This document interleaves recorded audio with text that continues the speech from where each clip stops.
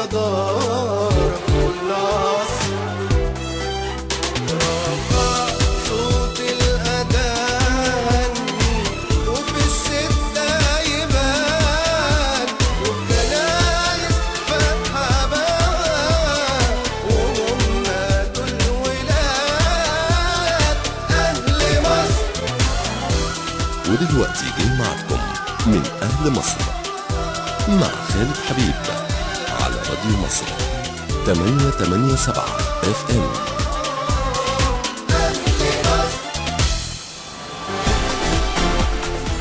بس يا سيدي، فاحنا ايه بقى عايزين نعمل حزب. مش بهزر بقى، يعني باخدها بجاي. على فكره الصوره مخزيه ومحبطه للغايه. مفيش اي حزب عادل على قد راي المتواضع الفتايل اللي مش فاهم اي حاجه خالص. مفيش حزب عادل عنده توجه واضح وهدف حقيقي بعيدا عن الظهور التلفزيوني واثبات ان كل الاطراف التانيه متآمره ضده ضد البلد. وزهقنا من المليون محاوله كلهم بينتهوا بلا اي شيء. عايزين نعمل حزب. لو سمحت كالعاده طلع ورقه وقلم، كالعاده دايما انت بتسمع بالبرنامج ورقه وقلم. عشان ايه؟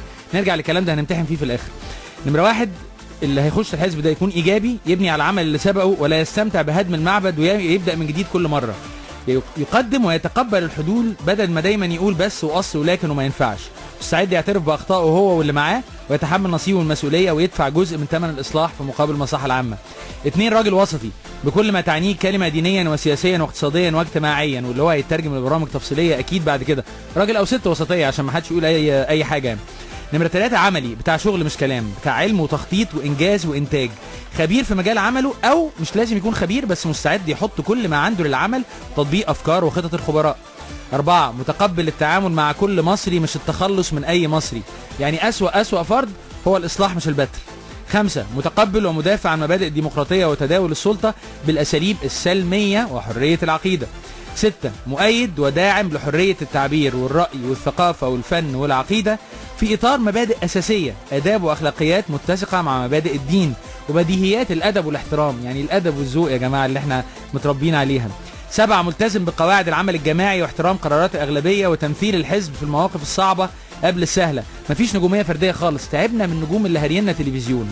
و8، وآخر حاجة، محارب صلب عن حقوق الفقراء ومصالح المهمشين، يكون ضامن وحامي للطبقة الوسطى ماديا وتعليميا وصحيا، متفهم وداعم وميسر لدور الاقتصاد الوطني والاستثمار الأجنبي النظيف، يعني من غير الفساد المعتاد، وذلك في توفير مناخ الاستقرار والنمو الاقتصادي والسياحي والصناعي والتجاري والزراعي المصري بما يضمن مصالح كل مواطن شريف في الوطن.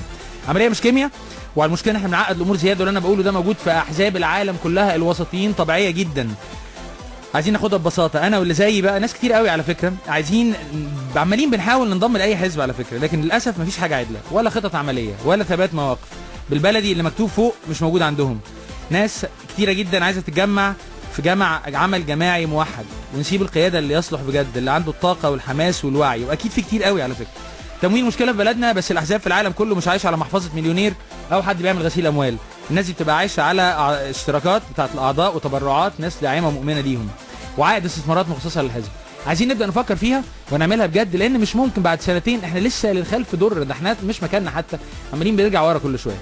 هنتكلم على حاجات تانية النهارده، ايجابيات وغيره. هنتكلم على موضوع السد اكيد، بس قلنا الحلقه النهارده بتاعتكم انتوا، هتكلمونا على 91170 وهتبعتوا لنا، هتكلمونا على 1700 وتبعتوا لنا على 91170 وهتبعتوا لنا كمان على صفحتنا اللي هي الموقع بتاعنا من اهل مصر على الفيسبوك. فريق العمل بتاعنا وسام عمار وعلي زلط وعلي عكيله وابراهيم ابو سليمه ومحمد مطاوع. نورني النهارده وليد سيد، وانا وليد كنا فكرنا حاجه هنعملها، هنقول لك عليكم كدبلوماسيين شعبيين، هنعملها ان شاء الله في موضوع اثيوبيا انا وهو باذن الله. وعايز بس كالعاده التحيه بتاعت بدايه اليوم، اولا 2 عندي الفنان الاستاذ يوسف شريف رزق الله، قابلته النهارده وانا جاي وبيسمعنا وربنا يكرمه، من الناس النظيفه بجد، اللي هو عشان كده صوته ما كانش عالي لانه كان بيشتغل بجد. وبعدين الناس الميكروباصات بقى كلها، لان كنت بسمع النهارده واحد صديق كان راكب ميكروباص وبيقول لي حاجه ظريفه جدا، ان الراجل كان مشغل شعبان عبد الرحيم اللي هي الاغنيه العظيمه بتاعت اللي هو هبطل السجاير واكون انسان جديد، اللي هي فيها الجمل الفنيه الحلوه بتاعت ماما فين والابو ابو نيل بوتوبيس ابو كانت راقيه جدا يعني. فالمهم الراجل بيقول لك دي اغاني اللي هو الفن الراقي، هي كل حاجه نسبيه، لان احنا ايامنا لما سمعنا الساح الدحم بو قلنا ايه السفاله دي، بعد كده قلنا ايه العظمه دي، وبعدين دلوقتي وصل بينا الامر ان شعبان بالمقارنه باوكا واورتيجا طبعا راقي، وهنروح بعيد ليه؟ طب ما احنا دلوقتي بنأتمن نانسي عجرم على اطفالنا، هي بتغني شخبط شخابيط، رغم ان هي قالت في الاول اخصمك لا ولا بوظت اجيال. وكل الاعلاميين دلوقتي ما شاء الله بقوا بعد الثوره، اللي هم كانوا ضد الثوره بقوا مع الثوره. هابي نيو يير يا جماعه، كل سنه وانتم طيبين، والنهارده يوم جميل ان شاء الله نستمتع ونسمع كلامكم وافكاركم الحلوه والايجابيه ان شاء الله، وحتى لو في مشاكل تقولوا لنا الحلول كمان واحنا معاكم ان شاء الله من اهل مصر. ومكملين معاكم من أهل مصر مع خالد حبيب على راديو مصر 887 FM.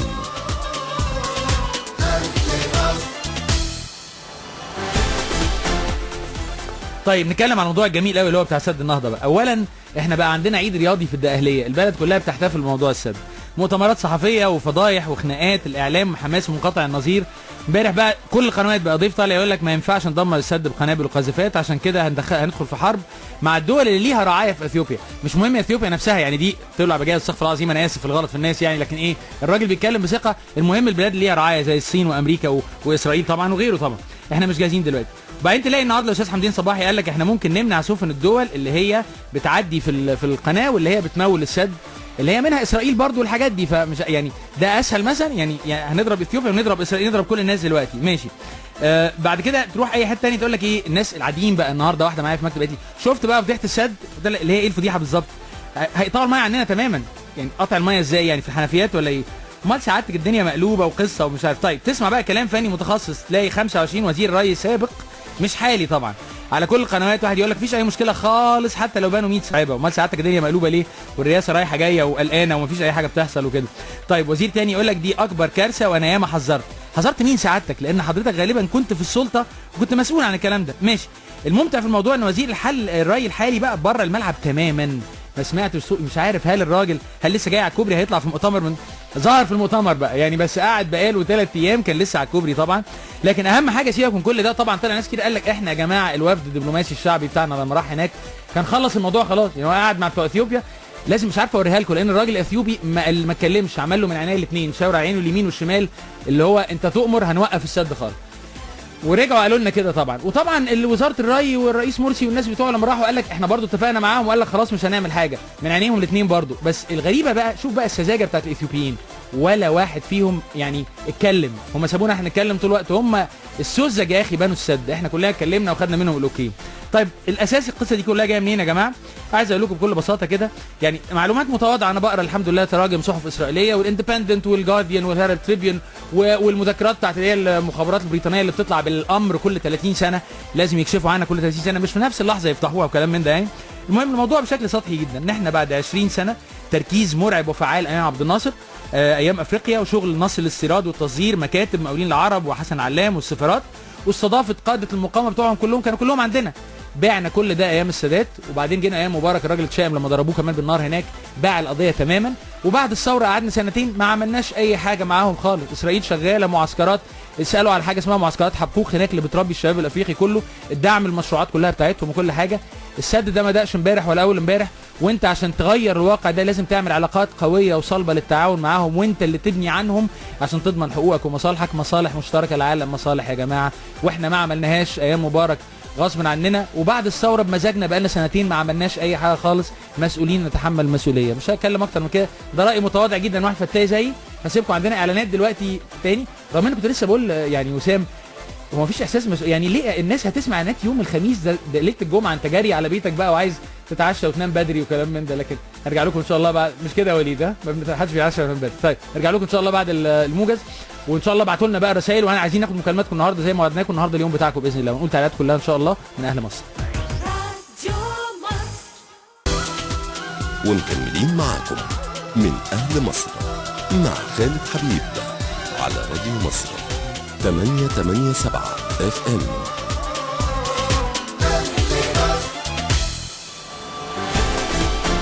اهلا بيكم مره ثانيه ومنتظرين مكالماتكم على 1700، هقولها صح المره دي 1700، والرسائل على 9 11 70، وصفحتنا اللي هي من اهل مصر على الفيسبوك. وبعض الرسائل اللي جايه لنا، واحد ابن حلال قوي رقمه اخره 322، شكرا كلامك جميل جدا، ربنا يكرمك يعني وتستمتع معانا دايما. طارق بعد بيقول لنا ان هو ساكن في التجمع ومستغرب قوي من فكره ان احنا بنزرع المسطحات كبيره بالنجيل في ظل الفقر المائي وضعف الامكانيات، ولماذا لا نسعى للتشجير الاقتصادي. اكدب عليك اقول لك انا فاهم منطق التشجير الاقتصادي يا اشرف، بس عجباني جدا منطقك اللي هو بتاع المسطحات الضخمه بالنجيل العادي، دي كلام منطقي جدا، مش ده اللي المفروض نعمله خالص يعني. المهندس رجب رشاد من طنطا بيقول الحل العسكري هو الحل الوحيد، حتى اثيوبيا هتعمل علينا دوله، وعيب قوي احنا مش ضعاف قوي الدرجه دي. عايز اقول لك يا باشمهندس رجب لا الحل العسكري صعب جدا، ده تشابك المصالح غير طبيعي. شايفين اللي بيحصل في سوريا، من الالم بتاع سوريا طبعا غير طبيعي اللي بيحصل، لان كل ده شويه دول كتيره ليها مصالح هناك. لكن عايز اقول لك الحل فين؟ احنا بقالنا سنتين ضيعنا وقت غير طبيعي. عارف انت مندوب المبيعات لما بيبيع جوه الشركه مش براها، بنعمل كل شغلنا على بعض جوه، ما بنطلعش بره خالص. احنا محتاجين نعمل حوار مظبوط وجبهه وطنيه مظبوطه، ونطلع نتكلم مظبوط مع الدول الافريقيه، نشوف مصالحها ايه ومصالحنا ايه. واحنا عندنا حاجات كتيره جدا مش عندهم. على فكره انا كان ليا الحظ ان انا اشتغل كتير جدا في شركات اجنبيه، كنت مسؤول عن افريقيا. الناس هناك متعطشه لاي نوع من التنميه والتطوير، وخاصه في الموارد البشريه، واحنا اساتذه في التنظير والتدريب من غير ما نشتغل بنفسنا. فممكن نروح نعمل الحاجات دي معاهم على طول. معانا وليد على التليفون. اهلا بيك يا وليد. الو، مساء الخير. مساء النور، اهلا بيك يا وليد، اتفضل. انا بحييكم على برنامجكم وعلى ادائكم والله. ربنا يخليك. وهو للاسف يعني انا يعني مداخلتي يعني مش بخصوص الموضوع اللي بتتكلموا فيه. احنا موضوعاتنا مفتوحه تحت امرك، اتفضل. هو في ورق مهم قوي فقد مني انا وزوجتي في تاكسي. تمام. يعني من ساعتين، بس ورق مهم قوي ومصالح ناس يعني. انت رايح فين حضرتك؟ والله احنا نزلنا في مدينه نصر عند فندق الماسة. تمام. فنسينا ظرف فيه ورق مهم قوي. اتمنى يعني ان يكون سواق التاكسي سامع دلوقتي وانا ممكن اجازيه يعني. فندق الماسة ده اللي هو على طريق النصر، تمام؟ بالظبط كده. وحضرتك كنت راكب منين؟ من التحرير. طيب التحرير. نتمنى كان على الساعه كام تقريبا حضرتك يعني كده؟ المدام بتاعت ركبت الساعه 2 ونزلت الساعه 2:30 عند فندق الماسة. طيب يعني المدام هي اللي ركبت الساعه 2. ايوه بالظبط كده. نتمنى سواق التاكسي الراجل استاذنك لو اقول رقم التليفون بتاع الهوا يمكن يكون سمعنا. تحت امرك، اتفضل طبعا. 012 88 24 48 012 88 24 48. تمام. لو اتمنى لو سمعنا يتصل بيا او يروح يسيبه في اسمي تاني مدينه نصر. طيب. انا بلغتهم اسمي ورقمي هناك. ان شاء الله ان شاء الله يا وليد تتحل ونلاقيها ان شاء الله، ويبقى سواق تاكسي زي كل سواقينا المحترمين الطيبين يلاقيه وياخد باله منه ويرجعه ان شاء الله. المدام كانت ركبت الساعه 2 من التحرير، وبعد كده مدينه نصر فندق الماسة. ان شاء الله تتحل يا وليد باذن الله. شكرا جزيلا يا وليد. وبرجع هنا ناس ثانيه بيسالوا، عندنا ردود اسئله كتيره هنا. واحد لذيذ بيقول لك اعتقد كل شروط الحزب تنطبق عليا الا اللي تخص الاموال، هل تقبلوني؟ انا عايز اقول لك مفيش شرط اموال خالص. انا بقول لك ان احنا معناش فلوس، لكن لو كل مواطن في البلاد المختلفه بيعملوا الحزب، ان الاشتراك بتاع الحزب يبقى 10 جنيه، تبرعات من ناس حتى من بره اعضاء الحزب، بس ما يكونش رجل اعمال واحد كده يقوم بالمهمه. حد تاني عصام بيقول يا ترى سد النهضه في اثيوبيا زي مشروع النهضه في مصر ولا لا، ولا ده بجد؟ عصام والله بص، لو طلع زي ما هو لغايه دلوقتي يا عصام يبقى المصلحه لينا طبعا، لان احنا مش شفناش حاجه في النهضه بتاعتنا، فمش هنشوف حاجه هناك ان شاء الله. اعتقد ان الاثيوبيين بما ان احنا قلنا ما حدش فيهم بيتكلم خالص وهم بيشتغلوا بس، لكن ايه ربنا يستر هيطلع المشروع. بس عايز اقول لكم برضو كل شيء في الدنيا قابل للتفاوض بالناس المحترفه مش الناس الهاويه. انا عندي انطباع ان احنا لغايه دلوقتي عمال تتدرب في التدريب من غير ما يكون قدامك فرقه منافسه، فكل كره بتجيبها جون تنزل الماتش تفاجئ يا خبر ابيض ده طلع فيه منافس. هتلعب لوحدك ولا ايه؟ محدش بيلعب لوحده يا جماعه. طيب في حد تاني بعت لنا رقمه اخره 64 بيقول تحليه مياه البحر لاستخدامها في الصناعه، تحديث نظم الري بدل الري بالغمر، يجب المشاركه في اداره السد. بس الكلام ده كان لازم يحصل من زمان. كلام منطقي جدا، شكرا جزيلا. ويجب المشاركه فعلا في اداره السد، واحنا عندنا ده احنا بانيين السد العالي. يعني متاكد اسرائيل عمرها ما بنت سدود زي بتاعتنا، يعني متاكد ان الاثيوبيين لو لقونا ان احنا هنمد ايدنا. وعلى فكره انا برضو يعني مش خبير، لكن قريت دراسات كتيره جدا بتقول لك ان في 60 طريقه لاستغلال مياه مهدره من مياه النيل بروافده المختلفه وغيره. باسل بعد لنا هل ينفع نعمل جمعيه اهليه لرعايه مدرسه ابتدائيه حكوميه عشان تتحول تجريبيه؟ بص يا باسل انا ما افتيش في حاجه زي كده، بس الجمعيات الاهليه اعتقد التجريبيه بيبقى ليها شروط معينه من الحكومه، مش عارف والله، لكن ممكن نسالك على حاجه زي كده.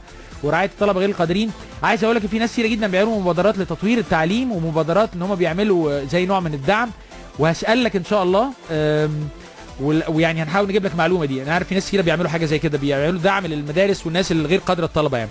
محمد علي معانا على التليفون. استاذ محمد اهلا بيك. اهلا وسهلا يا استاذ خالد. اهلا بيك يا بيه، اتفضل. حضرتك بس انا من محافظه القاهره من منطقه الشرابيه. اهلا بيك يا استاذ محمد، اتفضل. وعندنا مشكله في حته ارض مجاوره لمركز طبي. تمام. وكان ايام الثوره حصل بلطجيه عايزين ياخدوها وبتاع، وكانوا عايزين يحولوها لجراج، والمهم ان احنا وقفنا وضمينا الارض للمركز الطبي دوت. جميل. وكنا بندور ان احنا عايزين نعملها مستشفى. تمام. احنا وفي عندنا كان مرشح لمجلس الشعب اسمه اسامه مغازي هو اللي قام بالموضوع. تمام. وفي اوراق عندنا، احنا ممكن نعمل زي دعم من عندنا، دعم اهلي. تمام. وزائد ان الحكومه تساعد. جميل. حاجه زي كده. جميل. لان طيب. انت حضرتك احنا ما فيش جنبنا اقرب مستشفى لينا مستشفى كوتشينر او سيد جلال. تمام. او مستشفى الزاويه الحمراء بتاعت اليوم الواحد. تمام. طيب انا هستاذنك يا استاذ محمد، سيب لنا معلوماتك، رقمك هناخده منك بعد اذنك بعد ما نقفل معاك. وهنشرها عندنا على الصفحه، واحنا برضو نعرف ناس اعتقد لينا علاقات مع جمعيات اهليه، نحاول برضو نعرض عليهم القصه دي. لكن موضوع مهم جدا، وده هيصب. كان امبارح يا جماعه كنا بنتكلم على موضوع اولا شكرا يا استاذ محمد. بيصب في موضوع كنا بنتكلم امبارح مع محافظ القاهره، ان احنا بنحاول يا ريت يبقى في كل منطقه عندها اكتفاء ذاتي عشان الناس ما تضطرش تروح مناطق بعيده سواء لعلاج او مدارس او غيره. اعتقد ده حل مهم جدا لازم نشتغل عليه. عندنا مشكله من سوما كانت بعت لنا اكتر من حاجه سوما، وقلت لها لازم اكون ايجابيه، وعايز تبلغ برضو محافظ القاهره ان في مخالفات في الهضبه الوسطى، المباني في عمارات المحموديه وفي شارع شركه عباد الرحمن وبتقول ان احنا اهم من يكون عندنا شخصيه قياديه، المهم يكون عندنا روح التعاون ونشتغل مع بعض. كلام صح جدا يا جماعه. وفي مشاكل كتيره في الهضبه الوسطى وفي مخدرات وحاجات غريبه جدا. نتمنى حد يراجع القصه دي. نرجع لكم تاني ان شاء الله بعد عندنا فاصل ان شاء الله، ونرجع لكم تاني من اهل مصر. ومكملين معاكم من اهل مصر مع خالد حبيب على راديو مصر 887 FM.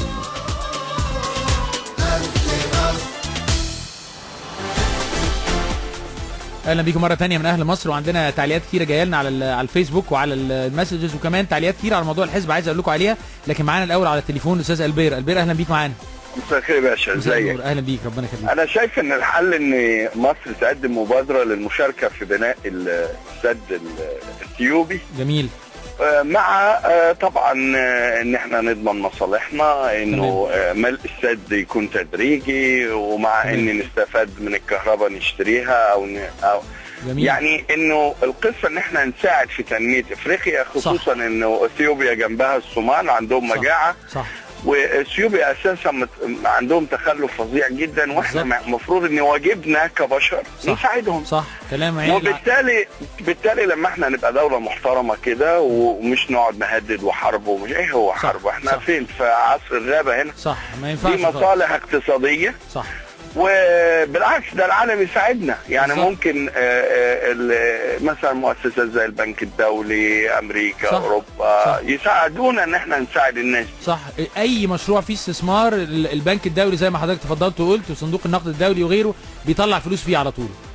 بالنسبه للصراع السياسي بين الاحزاب والكتل وخلافه، احنا عاوزين نشوف حد كده عنده فكره، عنده رؤيه لبلدنا، ويطلع واحنا نأيده. صح والله، كلنا مستنيين كده واحنا قاعدين نعملها يعني. الحزب الحريه والعداله ملا فراغ كان موجود، وهم كانوا جاهزين لملء الفراغ ده. وفقوا اهلا وسهلا، ما وفقوش سهله يعني. بالظبط، عايزين بديل. رئيس مرسي نفسه قال انا مستعد اسيب، يعني مش قصه. القضيه مش قضيه الرئيس مرسي ولا خلافه، بس عاوزين حد عنده رؤيه، عنده وعي، عنده خطه. يعني لانه طبعا يقال يعني انه الفتره السابقه في الحكم يعني اهدرت كل الكوادر، يعني من ايام عبد الناصر، لانه من 52 للنهارده اهدروا الناس كلها يعني. استاذ البير، انا عايز اقول لك انا مستمتع بكلامك، وانت قلت 3 كلمات كل واحده مفتاح حياه لينا: خطه ورؤيه ووعي، والثلاثه دول يحلوا 99% من مشاكلنا. الله يبارك لك. شكرا جزيلا يا استاذ البير، وده الكلام الحلو احنا عايزين نسمعه من اهل مصر بجد. هنطلع دلوقتي، عندنا ان شاء الله الاذان، وبعد الاذان عندنا اعلانات ان شاء الله، بعد الاعلانات عندنا النشره ان شاء الله. هننزل نقعد على القهوه شويه باذن الله ونرجع معاكم، لان عندي تعليقات كتير عايز اقولها، وعايز اسمعكم مكالماتكم الجميله واراء الحلوه اللي بتنورنا دي ان شاء الله من اهل مصر. واقول لكم الرقم صح 1700، وتبعتونا على 91170. ويوم جميل ان شاء الله، خليكم معانا. راديو مصر. ومكملين معاكم من اهل مصر مع خالد حبيب على راديو مصر 887 FM.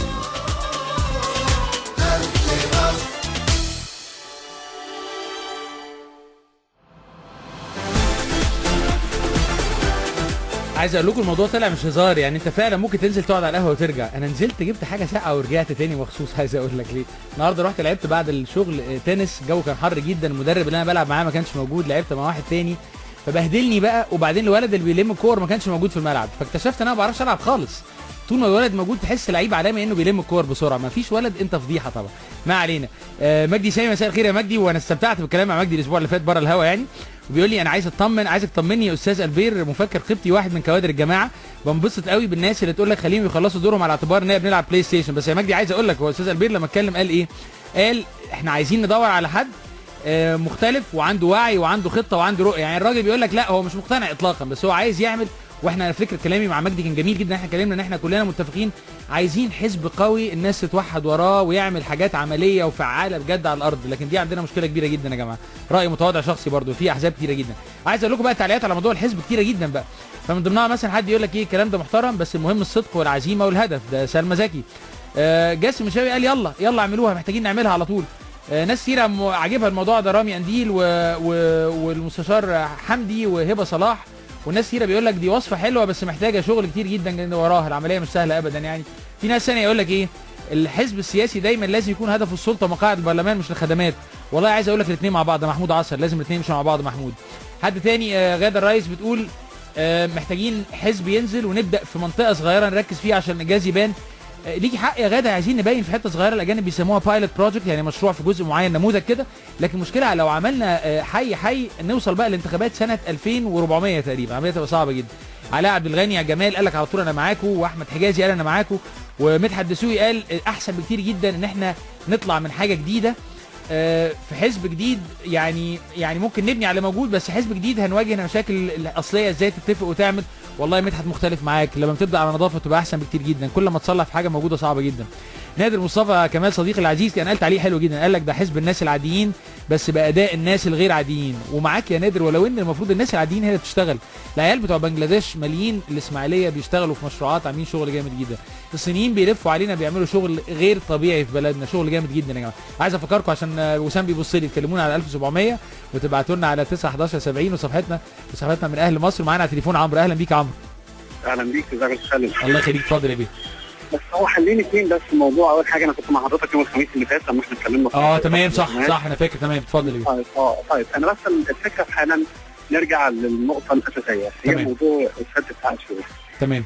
انا لو عندي ناس بتتفاوض، تمام، يعني ايه ان انا مش راح افاوض على سلعه، مش راح اشتري ب 5 جنيه ولا هي ب 6 جنيه ولا هاخد خصم ولا هاخد ديسكاونت، لا. هقول لحضرتك حاجه، هرجع برضه لحته الاتش ار اللي انا بتكلم بيها، وانا عايزك تتكلم من دي لان يعني رايي الشخصي زيك بالظبط، احنا ما عندناش اساسا ناس عارفه تعمل التفاوض بالبيزك موديل بتاعه. انا هقول لحضرتك حاجه، انا هدي لحضرتك مثال. انا كنت شغال في فتره معينه في شركه كونستراكشن، كان الهيد كاونت بتاعها فوق 8000 نص. تمام ما شاء الله. الهيد كاونت كتير قوي، فبالتالي كان بيحصل عندنا موضوع سترايكس من العماله، خاصه الاضرابات على طول طبعا. ان المنتاليتي بتاعتهم مثلا كانت من شرق اسيا والكلام ده كله، فكانت اضرابات كبيره قوي. بس الاضراب بسم الله ما شاء الله يعني كان بيتفك خلال ربع ساعه ثلث ساعه بسبب ان انت بتقدر تتفاوض. صح. هي عايزه تبقى عارف بالظبط الناس دي عايزه ايه وانت عايز ايه وهتتفقوا فين، يعني في حدود لكل حاجه. ما حدش بياخد كل حاجه. بالظبط.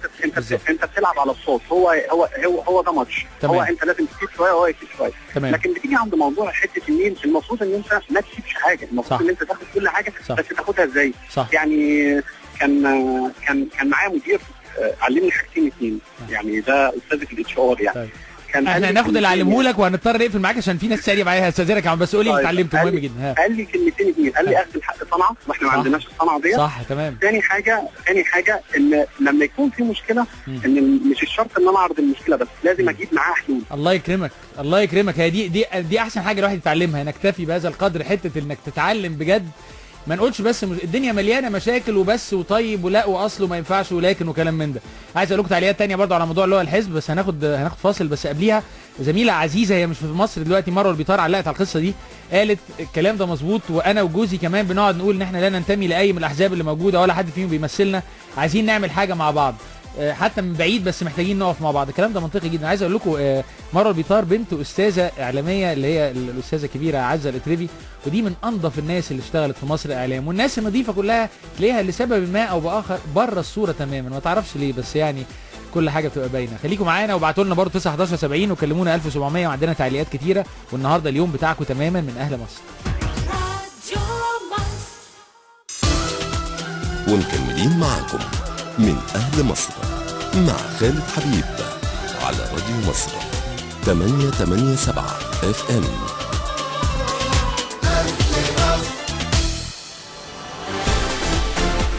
اهلا بيكم تاني ومن اهل مصر وعلى عهده زي ما قلنا ايه زميلنا العزيز علي عكيله حد اتصل بينا بس انا مش عايز اكون بنطق اسامي القرى غلط بس بيقول ان في مشكله في استغاثه جايه لنا من قريتين على الطريق الزراعي في محافظه الدقهليه قريه الحواوشه وقريه النقيطه او حاجه من هذا القبيل وفي زي مشاكل بين القريتين وفي دم وفي واحد توفاه الله فعلا من شويه وفي يعني بوادر ان نذر ان هيحصل بينهم تاني قتال ومعارك اخر الليل النهارده فيا ريت الامن يكون سامع حاجه زي كده ما اعرفش نوصلها زي اكتر من كده يا رب يهدي الناس كلها مش عارف الانفعالات دي كلها مش هقول ما كانتش عندنا احنا بقالنا سنين طويله كنا نسمع القصص دي عادي جدا ودايما الناس بيتفقوا مع بعض في الاخر بطريقه ما بعدات صلح العرب لكن القبضه الامنيه اللي هي الوعي اللي هي من غير دم اللي هي بتمنع حدوث الحاجات الغريبه دي مش موجوده ومستوى الوعي كالعاده مش موجود وحاجه تحزن التعليم الاعلام حاجه تحزن بكل الصور يا جماعه لكن ما علينا عايز اشكر ناس كتيره بعدنا وبتكلم معانا اسماء نافع وابراهيم الباز وعمرو المجد واحمد امبابي وناصر القاضي ومسامه محمد حاتم ونهى نجيده وناس كتير عندها اراء حلوه جدا بتقولها على البلد وعلى اللي بيحصل في البلد من هذا القبيل بكل الصور لكن برضو عايز اقول لكم على حاجات تانية اولا احنا عندنا مشكله المعتاده بتاعت الكيكه الاسفنجيه دي لا انا ولا وسام منها هسال مراتي النهارده بس انا مش عايز احرجها ويطلع مفيش حاجه اظرف حاجه التعليقات بقى الاسبوع ده كل التعليقات طبعا على القصه اللي هي على القصه بتاعت الانتخابات يقول لك المعارضه مش عايزه الانتخابات والمعارضه كمان بتقول ان الاخوان مش عايزين انتخابات هو مين عايز انتخابات غالبا انا الوحيد اللي عايزها ولا ايه انا فاكر اي بلد طبيعيه يكون فيها برلمان معانا غاده على التليفون اهلا يا غاده اتفضلي عماد اسف معانا عماد اتفضل يا عماد ازي حضرتك اتفضل السلام عليكم. عليكم السلام اهلا بيك يا عمده اتفضل. ازيك يا تمام الحمد لله. ربنا يخليك. اولا انا اول مره اتكلم في الراديو تنورنا. بس استفزيت بس عشان كده اول مره اشارك يعني. طيب يا رب تبقى خير ورب ما نكونش ضايقناك اتفضل. لا النقطه بس ان انتوا بتتكلموا في نقطه التفاوض وحاجات زي كده مش عارف كل القنوات ليه عاوزاها في ساعتها يعني.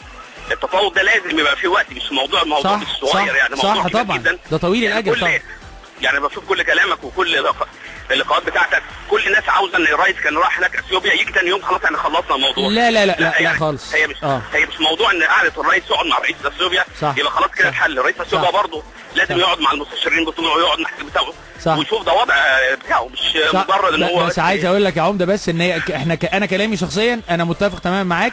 احنا بقالنا سنتين من تعاقب الحكومات كل من تولى السلطه بعد مبارك كل الحاجات دي بانت على السطح وعرفنا ان هي خطيره جدا وكنا محتاجين نشتغل من بدري والنهارده محتاجين نشتغل جامد برضه عشان مش هتخلص في يوم هتحتاج وقت. انا برضه عاوز اقول لك برضه ان الاعلام الاثيوبي لما جه يتكلم على الموضوع بيدعم الرئيس وبيدعم الدوله ان هي تعمل كده. طبعا طلع الاعلام قال لك ايه احنا انتصرنا على مصر. اما هنا في مصر نعمل ايه؟ الرئيس مش عارف يتفاوض الحكومه مش عارفه تتفاوض فطبعا هتدي قوه الاثيوبيا في التفاوضات. بس بيني وبينك عايز اقول لك يعني انا معاك شويه الاعلام دي مالهاش دعوه بالسياسه مالهاش دعوه بالسياسه ده حاجه قوميه في مصر لازم المعارضه والمعارضه لازم يقعدوا مع بعض ويقولوا احنا هدفنا واحد مش المعارضه تطلع تقول لا الرئيس فاشل والحكومه بس. طب ما اثيوبيا هتبقى كده في التفاوضات مع اقوى من طبعا. لا انا عايز اقول لك حاجه هو ساعه التفاوض الاعلام ملوش سيطره قوي لكن انت ليك كلمه حلوه قوي قلتها دلوقتي كلنا نبقى ايد واحده بجد يعني لو في خبراء كتير بره الحكومه يا ريت يحطوا ايديهم مع الحكومه والحكومه تستعين بيهم عشان يوصلوا. انا لسه كنت بكلم مع وسام في ناس محترمه قوي وخبراء كويسين قوي في المجال ده يا ريت يخشوا مع الحكومه. انا معاك يبقى كلامنا كلنا عاوزين الحكومه تاخد بخبراء مش الحكومه فاشله الحكومه مش عارفه تتفاوض الرئيس مش عارف يتفاوض ما كده ازاي الرئيس يدور على حد يتفاوض كويس والناس مش عارف بس انا اتفق برضه طيب اطلع للدوله اقول لهم انتوا ما تعرفوش تفاوضوا وانا اكون كويس وما تاخدنيش طبعا انا مش هاخدك. طيب شكرا جزيلا يا عماد وعماد عشان اول مره بيتكلم معانا متحمس جدا بس انا عايز اقول برضو مع كل الاحترام لا اللي موجود في السلطه بدال ما جابش النتيجه المرجوه. النتيجه كانت النهارده احنا بقالنا سنتين في السلطه سلطات متعاقبه حكومات متعاقبه كنا متوقعين النهارده وخاصه في زياره الرئيس هناك نكون وصلنا ان بيعلنوا ان السد ده هتبنيه مصر واثيوبيا مع بعض واضعين في الاعتبار مصالح مصر. يبقى النهارده طبيعي جدا المعارضه والاعلام ومش لازم اعلام المعارضه على فكره الاعلام العادي لازم يقول ان احنا كدوله فشلنا في القضيه المصيريه دي ومحتاجين علاج حاسم ليها ولازم نعترف بالفشل لان اللي حصل ده بالنسبه لنا فشل سياسي اكيد فشل اقتصادي وامني كمان لمصر. فاكيد طول ما انت بتلعب في الملعب بتتقبل كل انواع النقد لانك انت مسؤول. بس ما علينا عندنا حد تاني كان باعت هنا بيقول لنا شريف بيقول لنا الف ب تفاوض او مجدي سامي تاني انا اسف مجدي سامي بيقول الف ب تفاوض ان يكون عندك حاجه تتفاوض عليها امتى تقدر تتفاوض في حالتين لازم يا اما الطرف الثاني خايف منه او يا اما حاجه عايزها من الطرف الثاني يا اما هو خايف منه. والله ليك حق يا مجدي بس عايز اقول لك وانت خبير برضو الناس اللي اشتغلوا والناس انا عارف تشتغل في مجال حساس جدا واللي اشتغلوا زينا في الاتش ار انت عندك القدره دايما في حاجه معينه تقدر تتفاوض عليها. وفعلا زي ما كان حد قبل كده بيتكلم، احتياجات اثيوبيا للنمو عندهم وللتقدم غير طبيعيه، واحنا عندنا حاجات كتيره نفيدهم بيها باشكال كتيره جدا. شريف بعد بيقول انا معاكم مستعد نبدا النهارده نعمل موضوع الحزب ونخلص بالتهريج. ايدي على ايدك يا شريف، والله انا همشي في السكه دي وعارف ناس كتير عايزين يعملوها. معانا على التليفون الدكتوره منى علي. اهلا يا دكتوره منى، اتفضلي. اهلا بحضرتك، ازي حضرتك؟ الله يخليك، اتفضلي يا ستي. هو انا بس عايزه ادي كومنت عام عموما، يعني ريجاردلس موضوع النيل والسد والكلام ده، اتفضلي. لان دي نموذج لسلسله من المشاكل اللي احنا بنتعرض لها كل يوم. تمام. وبنتعرض لها بقالنا فتره سواء قبل الثوره او بعد الثوره. تمام، اتفضلي. المشكله ان احنا ما عندناش برايورتيز، احنا مش عارفين نحط اولويات. صح. احنا لو عملنا اولويات صح زي بالظبط، انا داخله دلوقتي امتحان، انا عندي جدول الامتحان بتاعي اول يوم، ثاني يوم، ثالث يوم. حلو. وبالتالي انا بحط الجدول بتاع المذاكره بتاعي. صح. دي حاجه. الحاجه الثانيه ان انا داخله الامتحانات وانا عايزه انجح. صح. مش عايزه اتمنظر. صح. مش عايزه اقول اصل انا دخلت الامتحان وانا بطل ان انا دخلت الامتحان. مش عايز اعلن عنها وانا قبل ما اعملها، ده انا ما عملتش حاجه لسه. بالظبط. انا عندي نيه صادقه ان انا عايزه انجح. صح. انا لما انا عايزه انجح بجد، وعشان فعلا عندي رغبه صادقه، تمام. هعرف احط جدول كويس. بالظبط. هستعين بالناس اللي هي تساعدني عشان انجح. صح. وفي الاخر حتى لو انا ما جبتش 100% هجيب 90%، هجيب 80%. برافو عليكي. وهبقى عملت اللي عليا وحطيت خطه وحطيت الموارد الصح، ومش لازم الموارد دي تبقى اللي في جيبي، في موارد في البيت اللي جنبي واللي جنبي. بالظبط. دي عشان انا صادقه في النيه، لا ان انا عايزه اوصل لحاجه معينه، انا هدفي واضح قدامي وانا فعلا عايزه اوصل. صح، معاكي تمام. الحاجه الثالثه ان انا لازم اتكلم بصراحه مع الناس اللي معايا. انا دلوقتي مش داخله الامتحان لوحدي، انا معايا مثلا الواحد لما يبقى عندنا مثلا في امتحان العيله كلها بتمتحن. صح. ابويا وامي واخواتي. برافو عليك. وبالتالي انا لازم اصارحهم واقول لهم يا جماعه انا عندي امتحان، فلازم انا خطتي كذا، انتوا ايه رايكم؟ كلام جميل جدا. احنا مفتقدين ان احنا نحط اولويات. تمام. مفتقدين صدق النوايا. صح. مفتقدين الاخلاص في العمل والشفافيه. عايز اقول لك دكتوره منى كلامك جميل جدا جدا جدا وواقعي، وباك تو ذا بيزكس اللي جانا بيقول لك نرجع للبديهيات، ولو الاساسيات دي اتعملت صوره اتغير. عايز اقول لك دكتوره منى اول واحده ست اتكلمنا في البرنامج على فكره، بيكلمونا دايما بره البرنامج ويبعتوا لنا رسائل بره. ايه يا جماعه ما بتكسفوش ليه؟ شكرا دكتوره منى. او بتكسفوا ليه؟ غالبا عايزكم ما تكسفوش وتكلموا عادي جدا، لان ارائكم حلوه جدا على فكره. والستات شكلهم اعلى من الرجاله ولا ايه اليومين دول؟ شكلها كده على فكره، عشان الرجاله بتكافح طول الوقت في الشوارع ما بيتنفسوش اساسا. نطلع فاصل نرجع لكم ان شاء الله بعد الموجز. وابعتوا لنا برده 9 11 70 وتكلمونا 1700 من اهل مصر. يوم جميل ان شاء الله. ومكملين معاكم من أهل مصر مع خالد حبيب على راديو مصر 887 FM.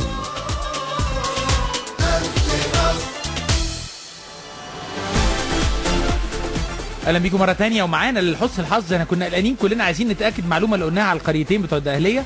معانا الاستاذ محمود خليل احد اهالي القريه من الاثنين. استاذ محمود اهلا بيك معانا. مساء الخير يا حسام. اهلا بيك سيدي، اتفضل. هي المشكله كانت حاصله ما بين ارض بتاعت واحد واستولى عليها بلطجيه. تمام. فاهل الحوشه حاولوا ان هم يتعرضوا لهم، فاتقتل منهم 2. تعرض للبلطجيه يعني. البلطجيه هم جايين من بره المنصوره. تمام. من المنصوره نفسها. تمام. فلما جم اهل القريه تعرضوا طبعا مات من هنا ناس ومات من هنا ناس في البلطجيه ومن اهل البلد. يعني مش قريه مع قريه اخرى يعني. لا ما هي لسه بقى الكبيره جايه. فتاني يوم البلطجيه قتلوا واحد من البلد اللي قصادنا. ما شاء الله. وتوسعوا بقى. فالاهل البلد اللي قصادنا قال لك ده الحواوشه اللي قتلت الايه القتيل ده. يا خبر. واحنا قاعدين الامن فين يا استاذ محمود؟ لا كل سنه وانت طيب. مفيش امن بقى. كل واحد اجازه. اقول لك على حاجه ظريفه. من الساعه امبارح من الساعه حوالي 5 المغرب لغايه الساعه 2 بالليل كان الطريق مقفول بتاع داخله المنصوره داخله المحافظه. لا حول ولا قوه الا بالله. النهارده الطريق مقفول من الساعه 6 صباحا 6 صباحا لغايه دلوقتي. انا مراتي موجوده في قلب البيت خايفه على عيالي واقفين على الشقه. لا حول ولا قوه الا بالله. ناس بتهجم على البيوت بيضربوا قنابل مسيله للدموع. ده اللي بيضرب القنابل ده بلطجه ولا شرطه؟ بلطجه وناس بلطجيه نازلين بقى بيكسروا فيها وعايزين يسرقوا وينهبهم. الامن يعني فين يا فندم؟ الامن واقف في اول مدخل المنصوره محول الطريق لان انا سواق محول الطريق يدخلك السن باللوين والطريق الثاني يرجعك من جوه. الامن بقى خايف يدخل بقى. الامن مش باعداد كافيه مثلا خايف يدخل ولا ايه؟ لا يا فندم مش باعداد كافيه. مش مساله بقى. هو بعد ما يخلصهم يعني القريتين يخلصوا على بعض. لا حول ولا قوه الا بالله. بقى وكده هو موجود دلوقتي لغايه 3 يعني. واحد من البلد ده واثنين من البلد ديت وواحد بلطجي يعني 4. انا اشكرك يا استاذ محمود على كلامك. اتمنى طبعا ده على عوده الكلام ده على عوده الاستاذ محمود. عايز اسمع بجد حد من يعني ما اعرفش يا جماعه الامن لازال كده في حاجات غريبه بتحصل. عارفين بقى في بلطجه غير طبيعيه، بس محتاجه في بعض الاوقات قوه قويه جدا عشان تنزل تمسح الالم ده كله وتعود الناس تاني. الشوك تشينج، التغيير اللي هو بالقوه زي ما نقول الافلام القديمه، عشان تعود الوضع ده لازم الم جامد قوي عشان الناس تفوق. بس الجديد في الموضوع دلوقتي قال لك ان البلطجيه معاهم قنابل مسيله للدموع، معنى كده الشرطه هتخش هي بالمولوتوف ولا ايه؟ يعني الوضع هيتغير ولا ايه؟ فمش عارف محافظه الدقهليه تتدخل والامن يتدخل والقصه كلها، ولا الكلام ده ما بيحصلش، ولا البلطجه بقت على ايامنا زمان كنا نقرا الفتوى ده راجل كويس على فكره، ما حدش بيبلطج كده سلبي. وبعدين عندنا مشكله دلوقتي نبقى على قلبنا مراوح كل حاجه. قانون الانتخابات على فكره بعد الدوشه من 5-6 ايام نام بقى. دلوقتي بنتكلم موضوع السد، رحنا لا تطلع اغاني على السد على فكره، الله عليك يا سد يا حبيبي يا سد ومش عارف ايه، ونسينا موضوع الانتخابات تماما. يعني انت متخيل لو بعد المحكمه الدستوريه قالت الكلمتين بتوعها في نفس اليوم اتصال تليفوني المستشار حاتم بواجهته بقى وزير مع حد من الدستوريه مع حد من مجلس الشورى، قعدوا مع بعض بالليل على اي كافيه، 2 شيشه، بلاش شيشه عشان هم الناس كلها كويسه ما بتشربش شيشه، 2 نسكافيه او موز باللبن اي حاجه، ويتكلموا مع بعض يتفقوا دي تبقى كذا ودي بتخلص ثاني يوم. مفيش احساس بالمسؤوليه خالص، انا اسف في اللفظ ده، بس اي حد يا راجل ده انت لو عندك مشكله مش هتعرف تنام لغايه تاني يوم، ده انت لو عندك حنفيه بتفوت في بيتك مش هتسينها تاني يوم، انت ما عندكش حنفيه انت عندك نار مولعه. عندنا رسائل كتيره جايه لنا هنا، ومعانا الاستاذ محمد مهدي هيقول الرسائل بعديها. استاذ محمد اهلا بيك معانا، اتفضل. انت عامل ايه؟ الحمد لله ربنا يخليك، اتفضل. معلش بعد اذن حضرتك ممكن بس تديني بعض الوقت، بس انا اولا انا ما سوقتك. اتفضل يا سيدي. انا هستاذنك باسرع ما يمكن بس ان وقتنا ضيق، لكن اتفضل تحت امرك. وفي نفس الوقت برضو انا موظف تبع الحي يعني. تمام تمام. فاحنا بنشوف اوضاع قدامنا ما بتعجبناش يعني. هو اولا بقى لنا 30 سنه بدون تعليم، وبقى لنا 30 سنه بنربي في عشوائيات. صح. هي دي اللي مسيطره على الشارع دلوقتي. صح، وبدون تعليم زي ما حضرتك قلت هي دي كارثتنا، لان الجهل هو اكبر مشكله. هي دي الكارثه اللي احنا فيها. وحاليا دلوقتي احنا برضه يعني انا برضه ايه يعني معلش في الكلمه انا مسميها ارض المنافقين. ارض النفاق. ارض النفاق قصه شكرا يعني. لو احنا خايفين على الارض بتاعه البلد ديت احنا كان زماننا دلوقتي في وضع ثاني خالص. صح والله صح والله صح والله. انا بشوف اوضاع عندي شارع في الحي اللي انا شغال فيه، واخد بال سيادتك والله العظيم 3 عندنا 3 مخازن سرقه دقيق ما حدش بيجي ناحيتهم خالص. صح والله. تسلم لي. وانا من ضمن وانا عايز اقول لحضرتك انا في البرنامج يا ريت انت تبلغ عنهم. طيب واخد بالك. خلينا هناخد برضو معلوماتك على دلوقتي الشباب هياخدوا المعلومات منك على التليفون وهنقوم بواجبنا بالتبليغ. شكرا يا استاذ محمود. وعايز اقول لكم رسائل كتيره جدا جالنا خلال الفاصل الاستاذ محمود عبد العزيز، وكان بيقول كلام قوي جدا، بيقول انا تعبت من ان كل الناس بتفتي علينا وبيقولوا كلام عكس بعض في كل حته، فالناس بقت تايهه تماما. وعنده وجهه نظر جميله جدا يمكن وسام بيقولها لي برضو في البريك، ان احنا محتاجين اكيد في خبره بجد، واحد مصري محترف لا له دعوه بالحكومه ولا غيرها، يبقى خبير في مجال القصص بتاعه الري والسدود وكلام من ده، يمسك الملف ويبقى خبير مصري دولي. وفي كتير جدا على فكره يا جماعه كده تولى قصه التفاوض، يعمل فريق عمل معاه من الخبراء ومن المفاوضين وكل حاجه ويحلها، وهو اللي يطلع منه رسائل محدده لكل وسائل الاعلام. مش ممكن كل واحد طالع بيجزم بكلام قوي جدا، بنتوه توهان غير طبيعي، والحقيقه بنتوه واحنا مش عارفين حاجه خالص. خليكم معانا ان شاء الله، وعندي رسائل كتيره وفيها حاجات ايجابيه وفيها مشاكل برضو ان شاء الله، ربنا يسهل الامور كلها. خليكم معانا من اهل مصر، لسه قدامنا شويه وقت صغير ان شاء الله. ومكملين معاكم من أهل مصر مع خالد حبيب على راديو مصر 887 FM.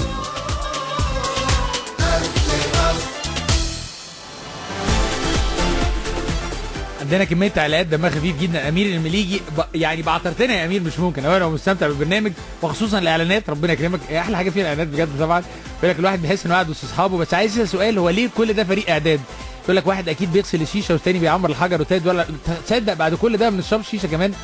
لا هو كل واحد ليه دور محدد يعني. بس انت عارف زي افلام المخابرات يقول لك ايه، اي حاجه مهما كانت هايفه بالنسبه لك بالنسبه لنا مهمه جدا. لكن يعني هو في ناس ايوه هو عايز اقول لك لا العمليه لا الناس دي كلها اولا في ناس عملت لنا شغل اساسي في الاول، لكن بعد كده مش مشاركين معانا، اللي هي الحاجات اللي هي ليها دعوه بالاي تي والصفحه وكده.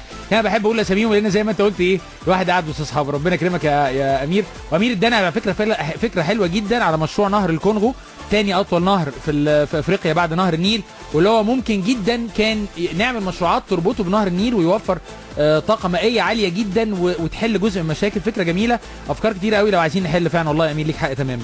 عايز اقول لكم في تعليقات متضاربه سنه يعني. في تعليق جالنا من ديب البر، هو بيقول انا بصراحه ما انتخبتش رئيس مرسي لكن يهمني استقرار مصر. كمان الدكتور مرسي بمحاط بالضغوط من الداخل والخارج وده مش في صالح بلدنا، اللهم اجعل هذا البلد امنا مطمئنا. ده وجهه نظر ديب البر.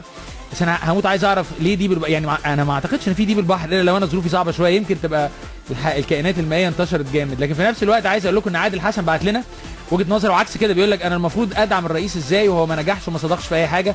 راجع خطابه بتاع احتفالات اكتوبر اللي قال فيه انه حل مشاكل المرور والوقود والنظافه، وعود ال 100 يوم لم تنفذ حتى تاريخها. عادل حسن عايز اقول لكم يعني ما بين الراي ده والراي ده هو في النص بتاعها اللي هو الاليه الديمقراطيه اللي هي بتسمح انك تغير رئيس. مش الرئيس بس، احنا عندنا فرصه نادره. عايز اقول لكم في امريكا يا جماعه لما مسك الاخ اوباما واول سنتين لبخ الدنيا، بعد سنتين التجديد النصفي اللي هو بتاع الكونجرس خسر الحزب بتاعه تماما ديمقراطي، فالحزب الجمهوري اكتسح، فما بقاش عارف ياخد اي قرار. احنا الدستور الجديد بتاعنا اللي الشعب وافق عليه بيدي سلطه كبيره جدا للوزاره لرئيس الوزراء. وعايز اقول لكم ان احنا قدامنا بس نهدى كده ونستهدى بالله ونخلص قانون الانتخابات ونعمل انتخابات، وفي ضغط شعبي عارم ضد حكومه الرئيس مرسي والاخوان. الملايين اللي مضت تمرد دي وغيرها تتجمع تحت حزب واحد تاخد السلطه، ومش بس هتعطل الرئيس لا تتنفذ سياستها هي. فالفرصه قدامنا، لان برضو كالعاده بسال نفسي هل عندنا بديل سلمي فعال نقدر نعمله غير كده؟ وما اعتقدش في الوقت الحالي. عايزين نلعب لعبه ديمقراطيه، ويا سلام يا رب لو يتولد الحزب ده النهارده ولا بكره، وناس متاكد ملايين هتخش معانا، اول واحد هيدخل معايا على فكره. عايز اقول لكم برضو في الدكتور امين عمل لنا حاجه شعريه، قال لك مصر بقت هواء مريض بلا دواء والكل في الهم سواء. حزيني قوي يا استاذ دكتور امين، الكل سواء قطع كهرباء وغلاء غذاء وقريبا الماء، يا ترى بركات او عذاب الغباء.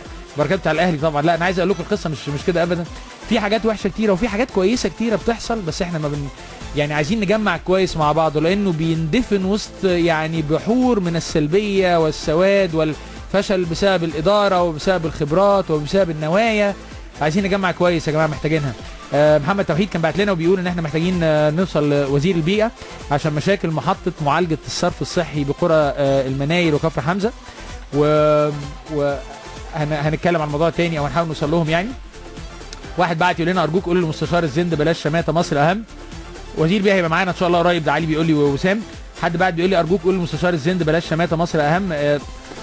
وما اعتقدش ان هو بيشمل، بس يعني انا ماليش اتصال مباشر بيه، فبقى يا ريت لو انت تعرف تقول له توصل له على طول. شريف بيقول لك دول يا عم يعني بيتكلم على البلاوي اللي بتحصل بيشربوا ترامادول. عايز اقول لكم فعلا 12 اسبوع اللي فات في الجرايد الترامادول بقى اعلى نسبه استهلاك في الشعب المصري. ده دواء انا فاهم اساسا كان دواء، فمش فاهم يعني هي اتعدت مراحل، وكان قبل كده البانجو ومش عارف ايه، وبعدين كان في الازايز اللي هي زيت الخرتيت او البولوناكي اللي هي ب 3 جنيه. لكن واضح ان الشعب ظروفه بقت عصيبه. برضو لو ميزانيات يقعد يقول لك لازم تقلل في الكهرباء والترشيد، فانا برضو هتكلم بنفس الصيغه. لو وفرت يا اولاد في الترامادول والادويه دي، في حاجات كتيره تانية ممكن تتعمل يعني. ما علينا. واحد ابن حلال رقم واخره 182 بيقول روح يا شيخ ربنا يكرمك، احنا بنتفائل لما نلاقي ناس متفائله، والله انا بحتاجها منكم كمان، والله ربنا عالم يعني. عايز اقول لكم الاستاذ حسام راشد اتصل بينا قال كلام جميل جدا بشكره عليه بشده، ويا رب نكون اهل الثقه، ويا رب نعمل حاجه. عايز اقول لكم الايجابيه معديه والثقه بالنفس معديه والعمل معدي والحركه بركه. في كلام كتير جدا على فكره بطلناه، احنا بقينا شغالين في سكه ثانيه خالص وبنقعد نشوف الحاجات السلبيه كلها، عايزين نفكر بشكل ايجابي شويه. حاجه من الحاجات اللي قلقاني ما كنتش عايز يعني انهي، احنا خلاص بنخلص كده. حاجات من الحاجات اللي قلقاني ان الدكتور عصام شرف طلع الاسبوع اللي فات بيان اللجنه الاستشاريه اللي استقالت خاصه بالمشروع، وقالوا يعني حاجات مخيفه او خطيره على المشروع تماما. طلع مسؤول عن المشروع اللي هو بتاع محور التنميه بتاع قناه السويس وقال شويه كلام، لا الكلام بتاع الدكتور عصام مش مظبوط قوي، ما سمعناش صوره حقيقيه. نفسي برضو ارجع لنفس الصوره الطبيعيه بتاعتنا، المالك للموضوع يطلع يتكلم كلام واحد وقوي وواضح وصريح، المشكله في 1 2 3 وحلولها 1 2 3، لان احنا غير كده بنتوه في كميه حاجات ملهاش معنى اطلاقا. البورصه عندي هنلحق سريعا نقول حاجه على البورصه كده. اسبوعين اللي فاتوا ما لحقناش نعلق عليها، صراع جامد ومشكله على الشيخ يوسف القرضاوي بسبب الباسبور بتاعه ان هو مضروب. قال لك لا حماس زورته والسلطه بتقول لك دي مزوره، وحماس يقول لك ده باسبور فعلي. المشكله اساسا هو في بلد اسمها فلسطين، فيصعب عليك الحال يا اولاد. بتتكلموا في ايه؟ احنا ملوك الكلام.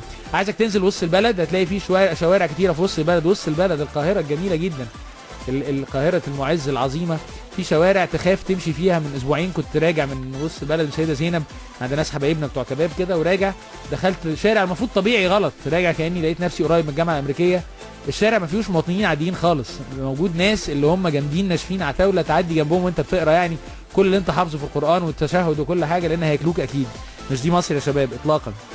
الحاجات اللي فارقه معايا جدا الاسبوع اللي فات، مجلس الشورى عمل اجتماع مهم جدا، خد يوم مع وفد من مجلس النواب الكوري، ودي عايز اقول لكم في غايه الاهميه، لان احنا في غايه الاحتياج الخبره الكوريه في اليومين دول. الكوريين ما بيتكلموش الا كوري، واحنا عارفين كده كويس. المصريين ما بيتكلموش كوري ولا بيتكلموا مصري. وطبعا غالبا هم بيسالوهم على رايهم في قانون دور العباده. انتوا عارفين كوريا كلها ديانه واحده اللي هي البوذيه مثلا، والله اعلم. فهيتكلموا معاهم في دور العباده، وهيتكلموا معاهم في قانون التظاهر، وهيتكلموا حاجات زي. هو ده التوقيت لكل مقام احب الناس اللي فاهمه كويس. نشوف اشوفكم على خير ان شاء الله، تستريحوا مننا شويه 3-4 ايام كده. اشوفكم يوم الاثنين باذن الله، يكون معانا ضيف بقى تاني عشان احنا نبطل كلام، ويا رب يسهل الامور كلها ان شاء الله. ربنا يسهل امورنا ويفتح لنا ابواب الرزق المصريين، ويهدينا ويعقلنا نقعد نتكلم مع بعض. مليون مشكله، الخطوه الاولى فيها هي الحوار، ومحتاجين شغل كتير جدا. عايز اقول لكم دي اول خطوه، محتاجين جدعانه طويله الامد، مش 18 يوم ونخلص يا شباب. وعلى فكره مخصوص عشان امير بقى، لانه عايز يتاكد مين اللي بيحط الشيشه ومين طبعا فريق العمل الجميل وسام عمار وعلي زلط وعلي عكيله وابراهيم ابو سليم. هقول بعد كده كل واحد بيعمل ايه عشان تبقوا فاهمين يعني. وسام عمار هو مخرجنا، وعلي زلط هو المعد الرئيسي بتاعنا، ومعاه علي عكيله، وعلي عكيله هو المسؤول عن الويب سايت بتاعنا تماما، ومحمد طه هو اللي عمل المساندات بتاعت الويب سايت الاول، هو اللي بيقول لنا دايما الحاجه على اليوتيوب تنزل على النت. وابراهيم ابو سليم هو الراجل بتاع الاي تي، ده كبير الاي تي في راديو مصر. فاحنا ووليد سيد ده المهندس بتاعنا، مهندس الصوت الجميل بتاعنا، ربنا يكرمه. وانا خالد حبيب، انا الوحيد اللي ماليش لازمه في المجموعه عشان تبقى فاهم يعني. باجي بتسلى عليهم واشرب حاجات ساقعه واروح بعد كده. اشوفكم على خير ان شاء الله الاسبوع اللي جاي من اهل مصر. تصبحوا على خير ان شاء الله.